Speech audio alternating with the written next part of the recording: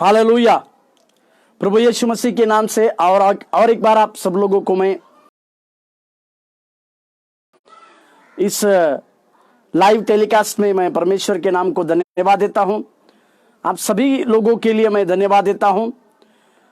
परमेश्वर विश्वास योग्य रहने के चलते हमारे जीवन में जिन बातों को परमेश्वर ने देख के रखा है, उन सारी अच्छी और भली बातों को देने के लिए परमेश्वर विश्वास योग्य रहने के चलते वो हमें मिलती है। इसका मतलब क्या है कि हमारे जीवन में कई एक प्रकार की भविष्यवाणी की बातें या हमारे जीवन में कई एक प्रकार के परमेश्वर के सामर्थ्य वचनों की बातें, ये कई एक साल पहले परमेश्वर ने हमें और आपको दे के रखा होगा, पर इन सभी बातों को परमेश्वर हमारे लिए पूरा करता है। क्यों? तो वो परमेश्वर विश्वास योग्य परमेश्वर है और उस परमेश्वर को यह चीज भाता है कि हमारे लिए विश्वास योग्य काम करे। हम विश्वास योग्य नहीं होने के बावजूद वो सामर्थी परमेश्वर विश्वास योग्य है और वो हमें अपने विश्वास योग्यता की दहलीज में लिए चलता है। इसी के लिए हमारे जीवन में परमेश्वर के उस वचनों को जब हम समझे, हमारे जीवन में जब हम परमेश्वर की बातों को जाने, तो इस दृष्टिकोण से हम परमेश्वर को देखें, इस दृष्टिकोण से परमेश्वर को समझे, इस दृष्टिकोण से परमेश्वर के गुण को हमारे जीवन में अभ्यास करें कि वो परमेश्वर विश्वास योग्य परमेश्वर है। हालेलुया। इसी के लिए भजन संहिता 34वें अध्याय में इस प्रकार से लिखा हुआ है, जिन्होंने उसकी ओर देखा उनको वो कभी लज्जित नहीं करता है। प्रभु के नाम की महिमा और प्रशंसा होने पाए। इसका अर्थ क्या है कि वे किन लोगों को परमेश्वर लज्जित नहीं करेगा? जो लोग विश्वास के साथ परमेश्वर के पास आते हैं, परमेश्वर को पुकारते हैं, एक उद्धार की बातों को अपने जीवन में लेते हैं, ऐसे सारे लोगों के जीवन में परमेश्वर विश्वास योग्य और अद्भुत से अद्भुत कार्य करता है। हालेलुया। इसी बातों को हम हमारे जीवन में अभ्यास करने पाए, इसी बातों के द्वारा परमेश्वर कई एक चीजें हमारे जीवन में पूरी करने पाए। प्रभु के नाम की महिमा और प्रशंसा हमारे साथ होने पाए। उसकी दया की बातें, उसके अनुग्रह की बातें और उसके कार्य की बातें हमारे साथ लगातार चलती आने पाए। इसके लिए मैं परमेश्वर के पवित्र नाम को धन्यवाद और महिमा देता हूं। हम लगातार इस सत्र में परमेश्वर यीशु मसीह के अलग अलग दृष्टांतों के ऊपर अभ्यास कर रहे हैं। प्रभु यीशु मसीह अपने सारे लोगों के सम्मुख में कुछ दृष्टांतों को बताते थे और अपने निज लोगों के सम्मुख में, अपने निज चेले लोगों के सम्मुख में आके उस सारे दृष्टांतों का अर्थ को बताते थे। हालेलुया। प्रभु के नाम की महिमा और प्रशंसा होने पाए। और इस दृष्टांतों का अर्थ बताते समय प्रभु यीशु मसीह की बातें यह रहती थी कि परमेश्वर अपने लोगों को ज्यादा से ज्यादा, प्रभु यीशु मसीह ने कई एक दृष्टांत परमेश्वर के राज्य के प्रति को, राज्य के बारे में किए, बताए। दूसरी बात, स्वर्ग के उनके मन फिराने की घोषणा के बारे में प्रभु यीशु मसीह ने किया और दृष्टांतों को बताए। और हमें परमेश्वर के राज्य के लिए तैयारी करना है, इन बातों को भी समझाने के लिए परमेश्वर ने इसी प्रकार के दृष्टांत हमारे जीवन में दिए। इसी प्रकार की सारी दृष्टांत की बातें भी परमेश्वर ने हमारे जीवनों में दिया, जिसे हमें समझने की आवश्यकता है, जिसे हमें जानने की आवश्यकता। प्रभु के नाम की महिमा और प्रशंसा होने पाए। आज हम खोई हुई भेड़ या लॉस्ट शीप बोल के जो कहते हैं, या खोई हुई भेड़ के दृष्टांत में से कुछ बहुमूल्य बातों को सीखेंगे। मेरे साथ खोलिएगा लूका रचित सुसमाचार की पत्री, उसके 3रे अध्याय, लूका रचित सुसमाचार की पत्री, उसके 15वें अध्याय, माफ कीजिएगा, लूका रचित सुसमाचार की पत्री, उसके 15वें अध्याय वचन 3 से वचन 7 तक इसके बारे में लिखा हुआ है। मैं फिर से दोहराऊं, लूका रचित सुसमाचार की पत्री, उसके 15वें अध्याय वचन 3 से 7 वचन तक इस प्रकार का दृष्टांत है। 3 वचन, तब उसने यह दृष्टांत कहा,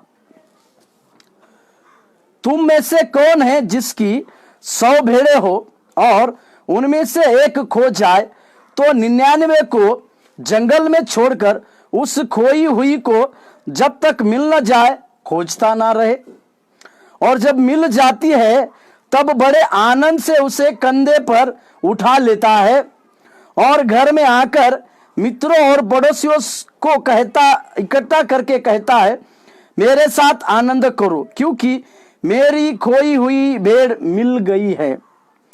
मैं तुमसे कहता हूं कि इस रीति से एक मन फिराने वाले पापी के विषय में भी स्वर्ग में उतना ही आनंद होगा जितना कि 99 ऐसे धर्मियों के विषय में नहीं होता जिन्हें मन फिराने की आवश्यकता नहीं। हालेलुया। इस प्रकार का दृष्टांत, खोई हुई भेड़ का दृष्टांत प्रभु यीशु मसीह ने बताने के कारण हम वचन 7 में देखते हैं। मेरे साथ वचन 7 अगर पढ़ेंगे, मैं तुमसे सच कहता हूं कि इसी रीति से एक मन फिराने वाले पापी के विषय में भी स्वर्ग में उतना ही आनंद होगा। इसका मतलब प्रभु यीशु मसीह के पास एक पापी अगर मन फिराकर आता है तो स्वर्ग में उसके लिए कितना आनंद होता है। इस बातों को सिखाने के लिए प्रभु यीशु मसीह ने इस प्रकार का दृष्टांत को दिया। इसका मतलब हम लूका रचित सुसमाचार 19वें अध्याय अगर 10वें वाक्य को पढ़ते हैं, लूका 19 और 10, क्योंकि मनुष्य का पुत्र खोए हुओं को ढूंढने और उनका उद्धार करने आया। यीशु मसीह के 3.5 साल का सेवकाई का आने का सबसे बड़ा प्रयोजन यह था कि यीशु मसीह खोए हुओं को ढूंढने और उनका उद्धार करने के लिए आया। और जो एक व्यक्ति सच्चे रीति से मन को फिराकर प्रभु के पास आता है, ऐसे लोगों के लिए, ऐसे एक व्यक्ति के लिए भी स्वर्ग में आनंद होता है। उसके 15 अध्याय के दूसरे वचन को अगर हम पढ़ेंगे, 15 अध्याय उसका पहला और दूसरा वचन भी अगर हम पढ़ेंगे तो इसकी एक भूमिका को मैं आपको दिखा रहा हूं। यह दृष्टांत प्रभु यीशु मसीह बताने के कारणों को मैं बता रहा हूं, इसकी भूमिका आपको स्पष्ट कर रहा हूं। क्यों यीशु मसीह ने इस प्रकार का दृष्टांत को कहा, क्यों यीशु मसीह ने इस दृष्टांतों के बारे में कहा। अभी 15 अध्याय उसके पहले और दूसरे वचन, सब चुंगी लेने वाले और पापी उसके पास आया करते और उसकी सुने। दूसरा वचन, पर फरीसी और शास्त्री कुड़कुड़ाकर कहने लगे, यह तो पापियों से मिलता है और उनके साथ खाता भी है। हालेलुया। 15वें अध्याय के पहले वचन में फरीसी और चुंगी लेने वाले और पापी लोग यीशु मसीह के पास आते थे और यीशु मसीह की सुनते थे। ये उस समय में जो चुंगी लेते थे उनको समाज में कई एक लोग बहिष्कृत करते थे, मतलब समाज में उनको कोई प्यार करने वाला नहीं रहता था, क्योंकि ये लोग उनके यूहन्ना बपतिस्मा दाता की जो बातें थी, जबरन धन किसी से मत लो, इस बातों से विपरीत कार्य करते थे, या किसी से जबरदस्ती धन को लेने की बातें के चलते इन लोगों को कोई प्यार नहीं करता था। और इन्हीं के साथ साथ कुछ लोगों के अंदर पापी स्वभाव की बातें पाई जाती थी, या लोग पापी स्वभाव के थे। ये लोगों के जीवन में भी ये पापी लोग और चुंगी लेने वाले लोग यीशु मसीह के पास आते थे। हालेलुया। प्रभु के नाम की महिमा और प्रशंसा होने पर प्रभु यीशु मसीह की बातें, प्रभु यीशु मसीह के उस अनुग्रह रूपी बातों को सुनने के लिए, या प्रभु यीशु मसीह अपना मुंह जब खोलते थे एक अधिकार के साथ बातों को करते थे। मेरे प्रियो, इस बातों को समझने पाए हम लोग कि यीशु मसीह एक अधिकारी की समान बात करते थे। इसी के चलते वचन में इसी प्रकार से लिखा है कि यीशु मसीह मुंह खोलकर उनको उपदेश देने लगे।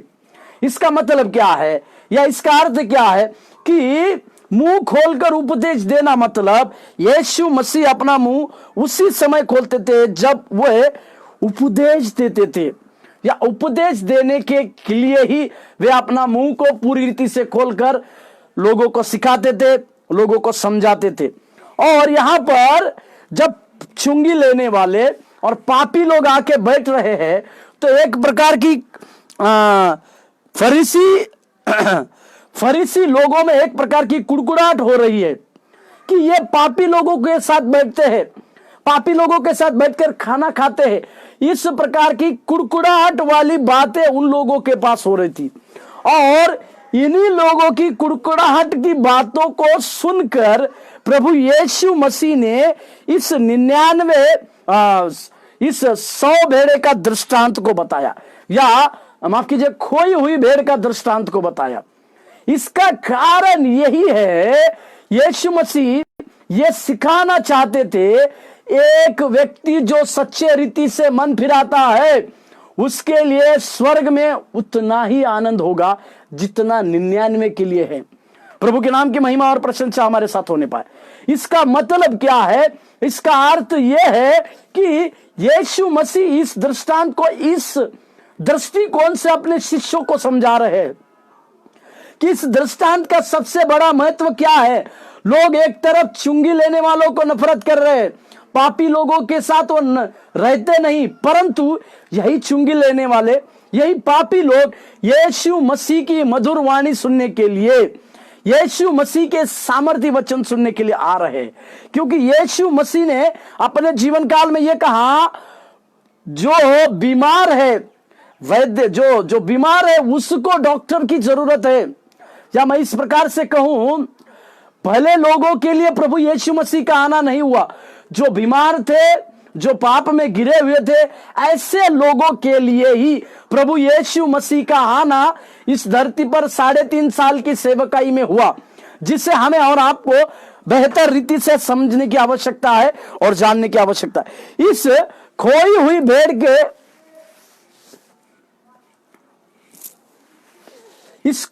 भेड़ के कुछ कारणों को मैं आपको दिखाना चाहता हूं। इस खोई हुई भेड़ का दृष्टांत किस दृष्टिकोण से लिखा गया है, जिसे लूका इस दृष्टांत को, जो 19वें अध्याय लूका 19 के 10 में जो मैंने वचन को बताया कि मनुष्य का पुत्र खोए हुओं को ढूंढने और उनका उद्धार करने के लिए आया। यह दृष्टांत बताने का सबसे बहुमूल्य कारण कि मनुष्य का पुत्र खोए हुओं को ढूंढने के लिए आता है, मनुष्य का पुत्र और उनका उद्धार करने के लिए आता है। इस बातों को परमेश्वर यीशु मसीह उनको सिखाना चाहते थे, इसी के लिए इस दृष्टांत को बताया। और इस लूका के 15वें अध्याय में 3 प्रकार के दृष्टांत बताए गए हैं, जैसे ये खोई हुई भेड़, खोया हुआ सिक्का और खोए हुए पुत्र का दृष्टांत। ये तीनों दृष्टांत जो है ये आनंद काल से भटके हुए का उद्धार करने के लिए परमेश्वर की योजना को दिखाते। खोई हुई भेड़ का दृष्टांत हो, खोए हुए सिक्के का दृष्टांत हो, खोए हुए पुत्र का दृष्टांत हो, ये इन तीनों दृष्टांतों में एक बात प्रभु यीशु कह रहे, आनंद काल के लिए जो लोग भटके हुए हैं उनको परमेश्वर के राज्य में लाने के लिए प्रभु की जो योजना है उस योजना को दिखाने के लिए ही इस दृष्टांत को प्रभु यीशु मसीह ने कहे। हालेलुया। यीशु मसीह ने जब अपने सेवक, एक वचन को पढ़िएगा मेरे साथ, मत्ती रचित सुसमाचार की पत्री उसके 90वें अध्याय, मत्ती 90वें अध्याय में 36वें वचन में, मत्ती 90वें अध्याय 36, जब उसने भीड़ को देखा तो उसको लोगों पर तरस आया, क्योंकि वे उन भेड़ों के समान जिनका कोई रखवाला ना हो व्याकुल और भटके हुए थे। हालेलुया। मतलब ये तीनों दृष्टांत जो है, खोई हुई भेड़, खोया हुआ सिक्का और खोया हुआ पुत्र, इनको आनंद काल से भटके हुए लोगों को परमेश्वर के राज्य में लाने के लिए प्रभु की योजना के दर्शाता है। और यहां पर मत्ती में हमने पढ़ा प्रभु यीशु मसीह एक भीड़ को देखकर व्याकुल होते हैं। वो भीड़ किस प्रकार से, वो भीड़ किस प्रकार से थी? वो भीड़ लोग जिनका चरवाहा ना हो ऐसे लोगों की भीड़ थी। हालेलुया, प्रभु के नाम की महिमा और प्रशंसा। वो भीड़ किस प्रकार की थी? वो भीड़ इस प्रकार की थी जिनका कोई रखवाला नहीं हो। परंतु परमेश्वर ऐसे लोगों को देख कर ही अपने मन में दुख उठाते हैं, व्याकुल होते हैं। और इसी बातों को यहां पर हम देखते हैं। इस खोया हुआ भेड़ का दृष्टांत में से 3 बहुमूल्य बातों को मैं आज आपको बताऊंगा और कल कुछ बातों को और आपके लिए दिखाऊंगा। परंतु आज हम उस 3 बातों के ऊपर अभ्यास करें। सबसे पहली बात, खोए हुए पापियों का उद्धार करना परमेश्वर के हृदय के लिए सबसे महत्वपूर्ण है। खोए हुए पापियों का उद्धार करना परमेश्वर के लिए सबसे महत्वपूर्ण है। प्रभु ने अपने 3.5 साल की सेवकाई में अपनी शुरुआत मन फिराओ क्योंकि स्वर्ग का राज्य तुम्हारे निकट आया है बोलकर किया। और यहां तक कि इस प्रकार से परमेश्वर ने कहा, परमेश्वर यीशु मसीह की खोए हुए को लाना और खोए हुए को और पापियों का उद्धार करना, ये सबसे महत्वपूर्ण बात हमें दिखती है। आज हम जब यीशु मसीह का अनुकरण कर रहे हैं या आज हम यीशु मसीह के नाम से आगे चल रहे, तो हमारा भी सबसे पहला चीज ये होना चाहिए कि खोए हुए को ढूंढना और पापियों का उद्धार करने का सबसे पहली बुलाहट हमें इस प्रकार से होनी चाहिए। यीशु मसीह ने मत्ती रचित सुसमाचार की पत्री उसके 28वें अध्याय में आखिरी के वचनों में इस प्रकार से कहा कि सारे जगत में जाओ, सुसमाचार का प्रचार करो। हमें सारे जगत में जाकर प्रभु के सुसमाचार का प्रचारक की बातों को भी कहा। और यही नहीं, यीशु मसीह ने 20वें वचन में 28 के 20 में इस प्रकार से भी लिखा, जगत के अंत तक मैं सदैव तुम्हारे साथ हूं। इस प्रकार की बातों को हम समझे, इस प्रकार की बातों को हम ध्यान दे और इसी प्रकार के बातों के लिए परमेश्वर हमारे जीवन में लगातार विश्वासियों के बनने पाए, लगातार उसके कार्य हमारे साथ होने पाए और इसी कार्य के अनुसार हमें भी काम करने की आवश्यकता। एक पापी को उद्धार के साथ परमेश्वर के पास लाना, जो खोए हुए हैं उनको परमेश्वर के राज्य में लाना, ये इस दृष्टांत का सबसे बड़ा महत्वपूर्ण। एक वचन मेरे साथ पढ़िएगा, उसी में वचन 4, लूका 15 अध्याय के 4 वचन। तुम में से कौन है जिसकी 100 भेड़ें हो और उनमें से एक खो जाए तो 99 को जंगल में छोड़कर उस खोई को जब तक मिल ना जाए खोजता ना रहे। सबसे पहला कारण मैं आपको यहां पर दिखा रहा हूं, खोए हुए को ढूंढना और पापियों का उद्धार करने की सबसे बड़ी बात यहां प्रभु यीशु मसीह ने इस दृष्टांत में से हमें सिखाई है। और उसी के 8वें वचन, 15 अध्याय के 8वें वचन, या कौन ऐसी स्त्री होगी जिसके पास 10 सिक्के हो और उनमें से एक खो जाए तो वह दिया जलाकर और घर झाड़ बहाकर जब तक मिल न जाए जी लगाकर खोजती ना रहे। और उसी के 20वें वचन में, लूका 15:20, तब वह उठकर अपने पिता के पास चला। वह अभी दूर ही था कि उसके पिता ने उसे देखकर तरस खाया और दौड़कर उसे गले लगाया और बहुत चूमा। 24वें वचन, क्योंकि यह मेरा पुत्र मर गया था फिर जी गया है, जो खो गया था अब मिल गया है। हालेलुया, परमेश्वर के नाम की महिमा और प्रशंसा होने पाए। इन्हीं चारों वचनों में मैं एक बात आपको दिखाना चाहता हूं कि खोए हुए को ढूंढना और पापियों का उद्धार करने के लिए परमेश्वर की सबसे बड़ी योजना है। इस बातों को हम हमारे जीवन में कभी भी भूलने ना पाए। हालेलुया, हालेलुया, प्रभु के नाम की महिमा और प्रशंसा होने पाए। इन चारों वचनों में ये जो भटके हुए लोग हैं या पापी लोग जब परमेश्वर के पास आ रहे हैं तो परमेश्वर की उनके लिए एक योजना बन रही है, या परमेश्वर ऐसे भटके हुओं के लिए, ऐसे पापी लोगों के लिए एक अद्भुत योजना अपने जीवन काल में रखा है, जिसे हम समझने की आवश्यकता है, जिसे हमें जानने की आवश्यकता है। यह सबसे पहला बहुमूल्य कारण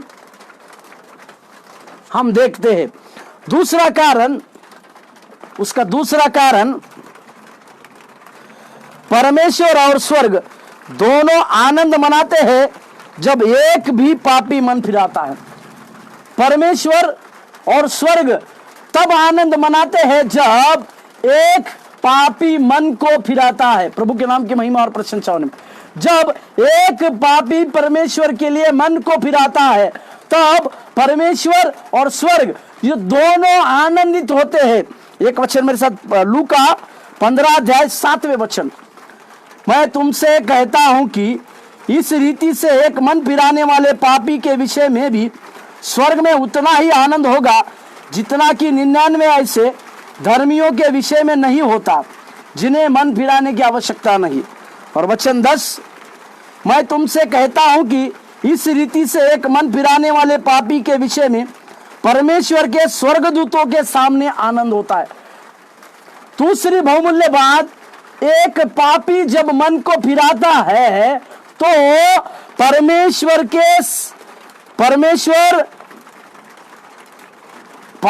को स्वर्ग में परमेश्वर और स्वर्ग दोनों में आनंद, दोनों में एक प्रकार का आनंद मिलता है, जिसे हमें समझने की आवश्यकता है। प्रभु के पवित्र नाम की महिमा और प्रशंसा। इसका मतलब एक पापी सच्चे हृदय से, सच्चे मन फिराव के साथ जब प्रभु के पास आता है तो परमेश्वर और स्वर्ग दोनों में बहुत बड़ा आनंद मिलता है। मेरे प्रियो, यहां पर मैं एक बात को जोड़ना चाहता हूं। इसी के लिए हमारी सेवकाई में मन फिराव की सेवकाई रहने की आवश्यकता है। लोगों को एक मन फिराव की बातों को देने की आवश्यकता है। और जब आप और मैं कई एक लोगों को एक मन फिराव की बातों के साथ परमेश्वर के राज्य की घोषणा करेंगे तो कई एक लोगों के जीवन में प्रभु अद्भुत कार्य करते रहेगा, जिसको हमें समझने की आवश्यकता। हालेलुया। एक साधारण पापी जो सच्चे रीति से मन को फिराया और परमेश्वर के पास अगर आता है तो उसके लिए स्वर्ग में परमेश्वर तो आनंदित होते ही है, परंतु उसके लिए स्वर्ग में भी आनंद मिलेगा। इस बातों को हम समझने की आवश्यकता है। तीसरी बात जो है, कोई भी बलिदान और दुख भटके हुओं को खोजकर यीशु के पास लाने से बढ़कर, कई एक बलिदानों से बढ़कर सबसे बड़ा बलिदान क्या है? एक खोए हुए को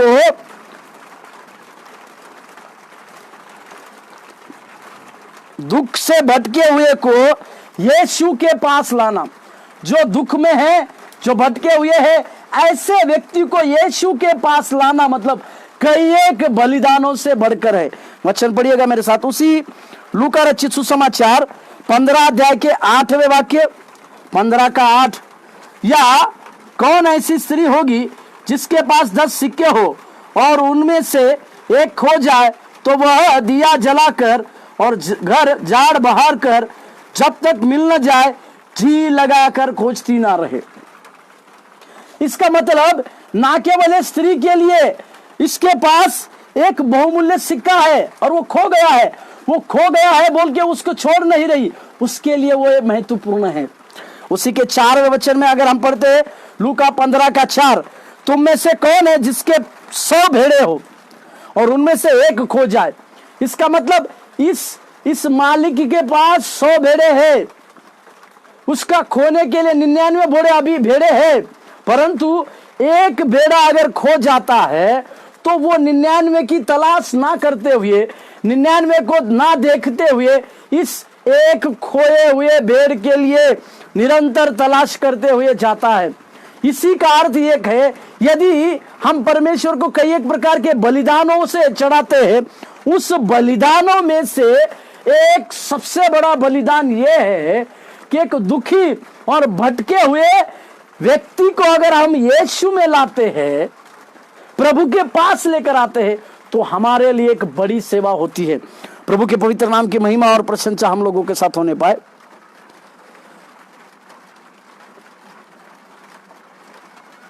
एक वचन मेरे साथ पढ़िएगा, यिर्मयाह का भजन संहिता 119 का 176, 119 के 176वें वाक्य में, भजन संहिता 119।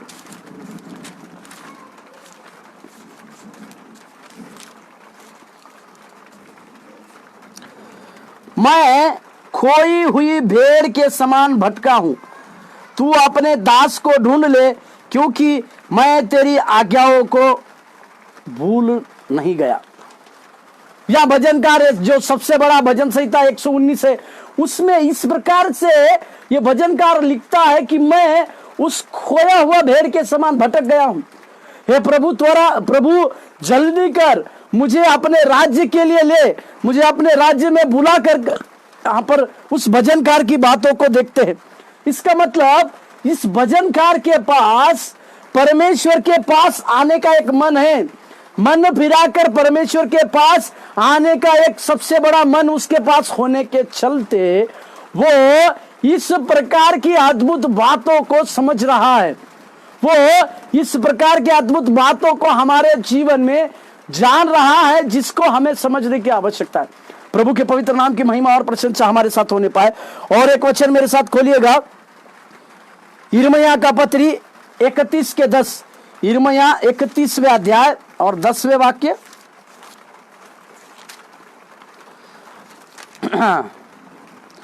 हे जाति जाति के लोगों, यहोवा का वचन सुनो और दूर दूर के द्वीपों में भी उसका प्रचार करो। कहो, जिसने इजराइलों की तितर बितर किया था, वही उन्हें इकट्ठा भी करेगा और उनकी ऐसी रक्षा करेगा जैसा चरवाहा अपने झुंड की करता है। Hallelujah, hallelujah.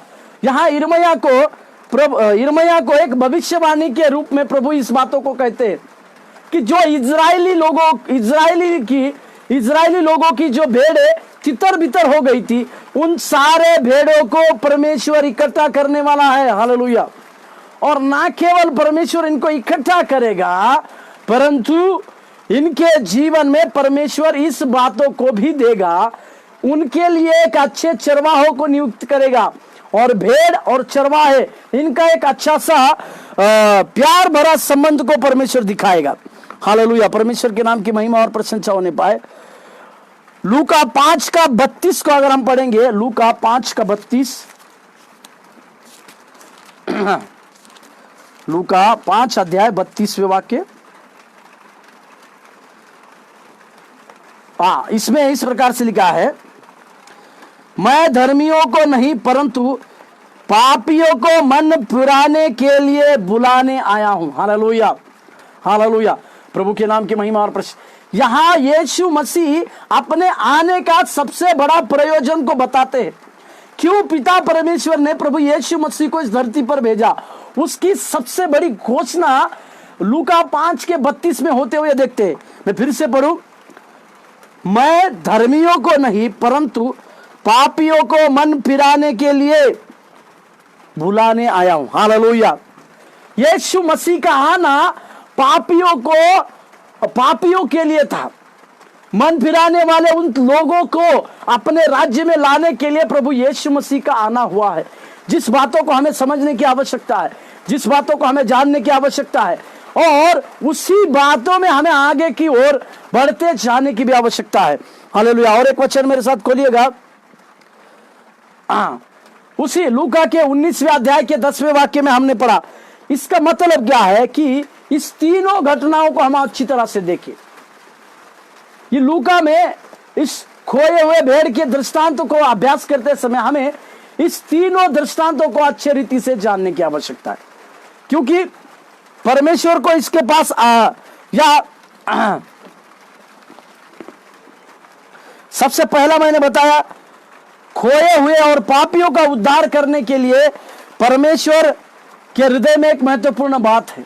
दूसरी, परमेश्वर और स्वर्ग दोनों आनंद मनाते हैं जब एक पापी परमेश्वर के पास आता है, मन को फिराता है, और कई एक बलिदानों से बढ़कर जो भटके हुए हैं, जो दुखी है, वे अगर परमेश्वर के पास आते हैं तो परमेश्वर खुश होता है।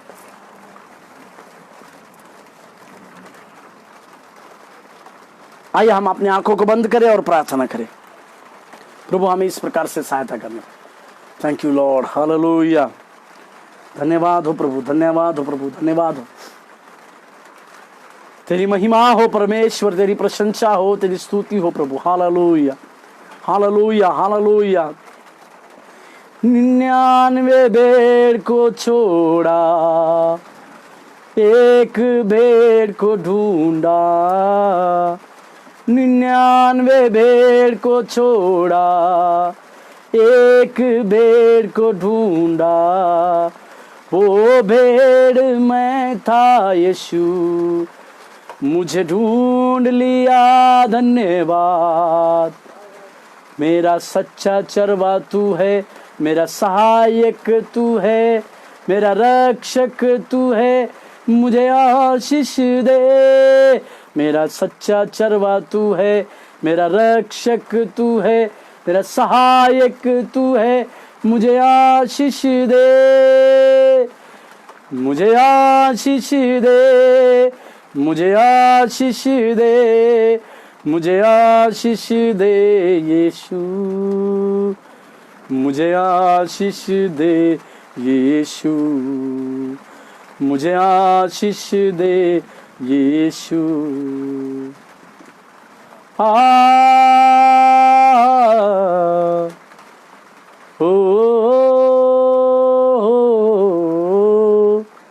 मुझे आशीष दे यीशु, मुझे आशीष दे यीशु। स्वर्गीय प्रभु, हम भी उस खोए हुए भेड़ की समान भटके हुए थे। उचित समय पर यीशु मसीह की ज्योति हमारे जीवन में आई। उचित समय पे यीशु मसीह के पास, सच्चे मन फिराव के पास जब हम आए, आपने हमें स्वीकारा प्रभु, और आपके प्रिय पुत्र यीशु मसीह के राज्य में आपने हमें लिया। इसके लिए हम धन्यवाद देते हैं। हम आपके लिए धन्यवादित है परमेश्वर, क्योंकि आप हमारे सर्वशक्तिमान परमेश्वर है। आप हमारे लिए सर्वसिद्ध काम करते हैं प्रभु। इसके लिए प्रभु हम आप ही के नाम को ऊंचा उठाते हैं। राजा, सहायता कर और मदद कर। प्रार्थना को यीशु मसीह के नाम से मांगते हैं प्रभु, आमीन, आमीन। प्रभु आपको आशीष देने पाए। धन्यवाद।